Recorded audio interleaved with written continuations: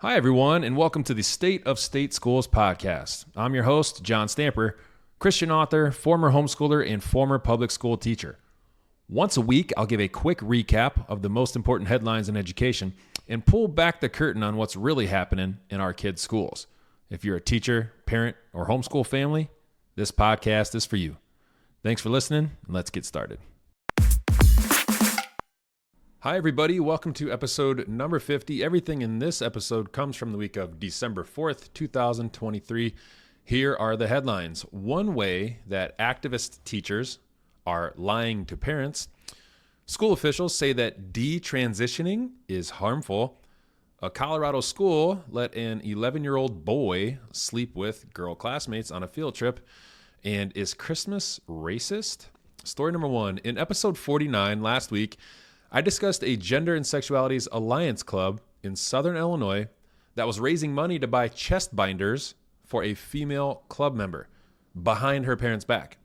Well, another similar story just came out thanks to a group called Parents Defending Education. Parents Defending Education does an awesome job of submitting public records requests all over the country in order to get documents and emails of public school employees. And that's something everyone can do. So parents, if you want to know what's going on in your school district, visit the Freedom of Information Act government website and look up how to issue a public records request. The link is in this episode page. So here's what Parents Defending Education found in their recent request. In Southern Illinois at Red Bud High School, there was a Gender and Sexualities Alliance Club, a GSA. They're often called diversity clubs, LGBTQ clubs, equity clubs, or affinity clubs, but this particular club was renamed and given the name Bubbles. Yes, Bubbles. That was the name of this school's club. But why would they change the name to Bubbles if it's about gender and sexualities? Well, I'll give you one guess. To hide it from parents, of course. They changed the club's name so parents didn't find out that their kids were being brainwashed and groomed at school. Not only was this club renamed to keep parents out of the loop, but the club's sponsor, who was a teacher at the school, purposely did not invite parents to club meetings. So this club sponsor was emailing back and forth with other club sponsors at other school districts, and they were all discussing the different ways they keep parents in the dark when it comes to these gender clubs. One teacher at Waterloo High School, which is the same district from last week's chest binder story, a teacher at this school asked about what online platforms are best for restricting parent access for kids who don't want their parents to know what's going on. And the Redbud teacher replied, quote, "We use Google Classroom. I don't invite parents, though. In the beginning, we named it something that did not identify the group, but the kids knew what it was. Bubbles was what they came up with. Kind of random, but they all knew. Good problem to have, though. Are you getting an increase in allies or students that identify as LGBTQ? We really need more allies in our group," end quote. So here we have multiple teachers across multiple districts in America's heartland talking and sharing the best ways to remove parents from their child's life or their child's education. And don't lose sight of the subject area here. This is all about gender ideology, gender theory. Boys can become girls. Girls can become boys. Sexual orientation, sexual preferences, chest binders, packers.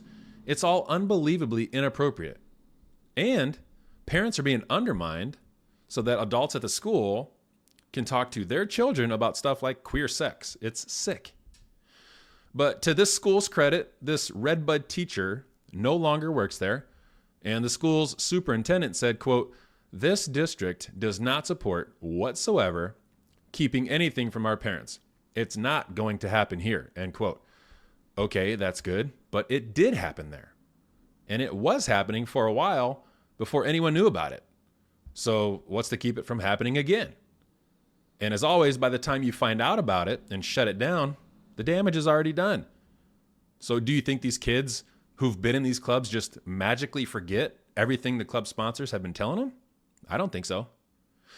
Parents in this situation really have an uphill battle because once they find out about everything, then they have to unindoctrinate their kids who've been conditioned to think that their parents are the bad guys. So it's a real serious battle. Now, that's why I'm trying to share this info so that, if you're in the public school system or private schools for that matter, so that you know what to look out for. Of course, my preference is to homeschool your children with a biblical worldview. So if you can do that, great. But if not, you have to be a diligent watchdog. Story number 2, school officials in Essex Westford School District in Vermont say that detransitioning is harmful to trans students. Now, let me say that again because it's a little confusing. School officials in this Vermont school district claim that, quote unquote, detransitioning is harmful to, quote, trans students. Now, detransitioning is, say, for example, when a boy says, hey, I'm a girl, and I'm going to use a girl's name, and I'm going to go to the girl's restroom, etc. Okay? That's transitioning. But then eventually they say, never mind, I'm really a boy, and they go back to being a boy. That's detransitioning. So transitioning is when a boy says, hey, I'm a girl. And then detransitioning is when that same boy comes back and says, never mind, I'm a boy. It's a word salad, and I put everything in quotes because it's not a real thing. Humans can't actually change their sex or change their gender. The two are directly linked. We've covered this before. Anyway, what am I talking about? Well, this school district in Vermont, like most public school districts in America, has an equity policy. And their equity policy requires everyone in the district to affirm the LGBTQ plus lifestyle. And one way the school district affirms the LGBTQ plus lifestyle is by celebrating Pride Month every year. It's on their district calendar. Also on the calendar is the Transgender Day of Visibility. So you see the rabbit hole and the slippery slope you quickly go down when you look into these equity policies. And this is just about the trans issue. This doesn't get into the racial or religious issues.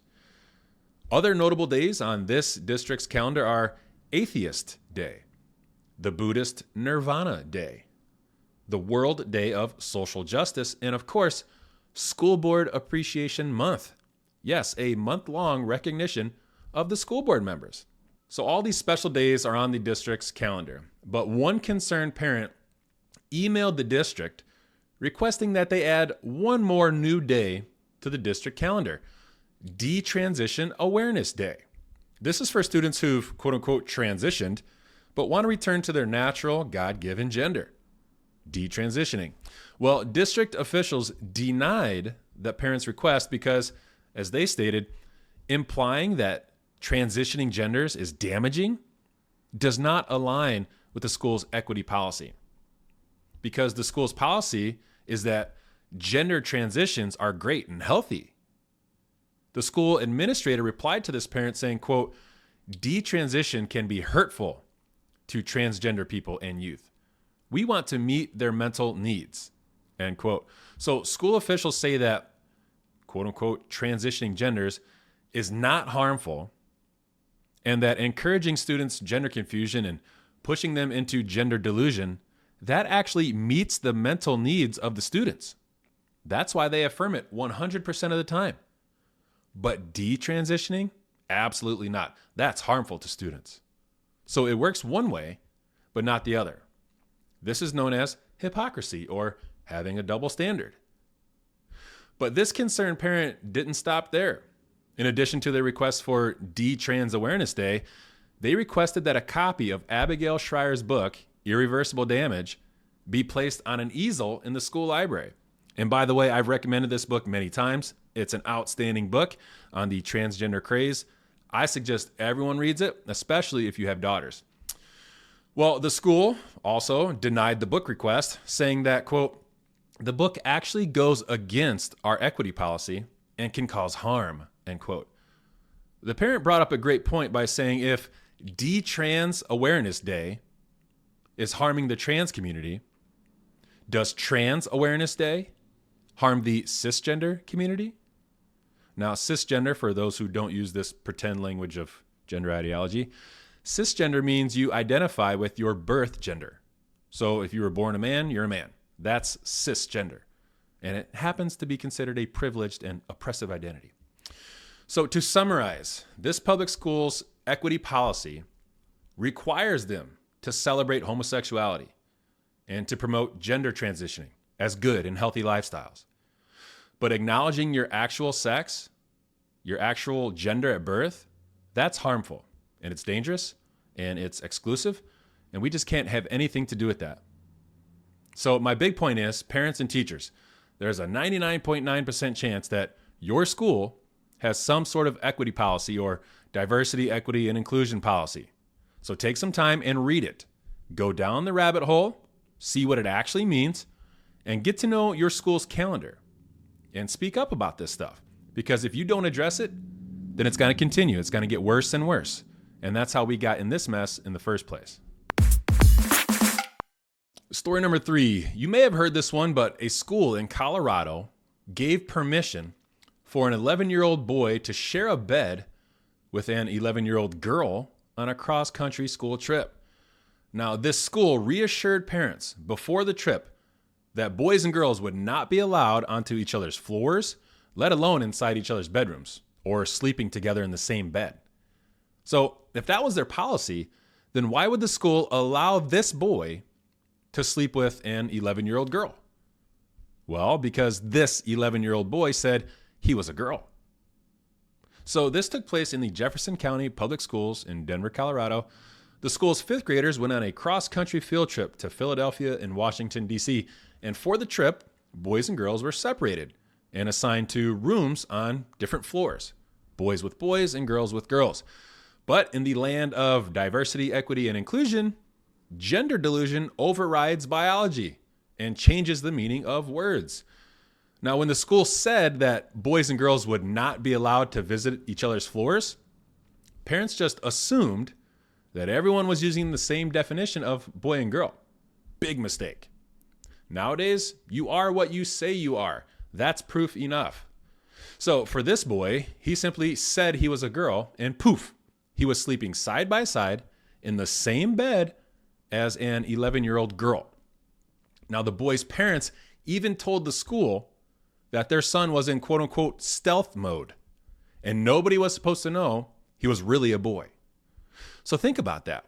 One set of parents get to lie to everyone else in the school district and subject everyone else's kids to their delusion. And the school district doesn't say a word. The top priority is the trans community. Now, why do they get special treatment? What about the rights and privacy of every other student and family? None of the 5th grade girls knew about any of this, and neither did any of the parents. In fact, this boy didn't even go to the same school as the girls he was rooming with. Now, nobody found this out until the boy told the girl he was sharing a bed with that he was, in fact, a boy. So the girl immediately went to the bathroom, called her mom, who happened to be along for the trip, and it ended up that the boy was moved to his own room just to have his own space. But the school staff didn't tell the other students why this student was being moved. So let's recap the situation. First, the school tells parents repeatedly that boys and girls will be separated, but they do not mention that the school adheres to the lie of transgenderism. And any boy that says he's a girl, the school will consider that boy to be a girl. Second, the school respected the wishes of this boy's parents, but not the wishes of every other family in the district. Why the favoritism? And third, the parent response to this situation was, please just clarify your trans policy. There were no suspensions or firings that I know of. So how could parents in this school district have prevented this situation from happening? Or at least, how could they have known it could happen? Well, they could have looked and should have looked at the school's transgender student policy. It's on the district's website. It says, plain and simple, all of their policies are based on gender identity and not biological sex. That applies to bathrooms, locker rooms, and apparently even the bedroom. Now, their policy states that every student and family has a right to keep their quote-unquote trans identity a secret from everyone else. And to share that information would violate state law. The school policy says that, to the extent possible, gender-separated activities should be eliminated. Every parent in the district should have known about this policy. Now, I feel for this little girl, and I feel for her parents. They clearly did not want to be a part of this boy's gender confusion. And if this happened to my little girl, I don't know how well I would handle it, but the policies are right there for everyone to read. And just about every public school in the country is going to have very similar language in their policies. So parents, read your school's trans policies or DEI policies. If they say things like, quote, corresponds to their gender identity, or, quote, gender identity is different from their assigned gender, if you are seeing that kind of stuff, then your school is woke. And they're going to show favoritism toward the LGBTQ community and every other demographic that claims to be marginalized, based on their intersectionality. Bottom line, if this isn't motivation enough to homeschool your kids, I don't know what is. Story number 4, one public school district in Michigan is telling its teachers to decenter Christmas. That's right. Holt Public Schools in Holt, Michigan, sends an annual memo reminding its staff to review the meaning of decentering Christmas. But what does decentering Christmas mean? And why do they want to do this? Well, decentering from Christmas means to remove the colors green and red, because green and red are associated with the Christian holiday. And instead, they should decorate a winter-themed tree with plain white bulbs. Additionally, staff is advised to swap out the word Christmas and replace it with winter season. Now, getting rid of the word Christmas has been going on for decades. That's nothing new, even though it's a national holiday celebrated by the large majority of Americans. But the new thing is saying that the colors green and red are racist or oppressive. It's insane. But it's straight from the atheist Marxist doctrine of critical theory or critical race theory. Critical theory says Christmas is the holiday of the oppressor, and critical race theory says Christmas is racist because it's celebrated by the dominant culture, which is white people. And by the way, 93% of Holt School District in Michigan is white.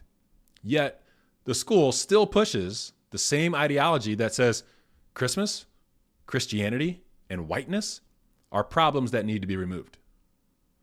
The Liberty Council, which has representation across the country and in Michigan, works pro bono and demanded that Holt School District retract all their decentering Christmas memos or face additional action. The school has until December 7th, today, to respond.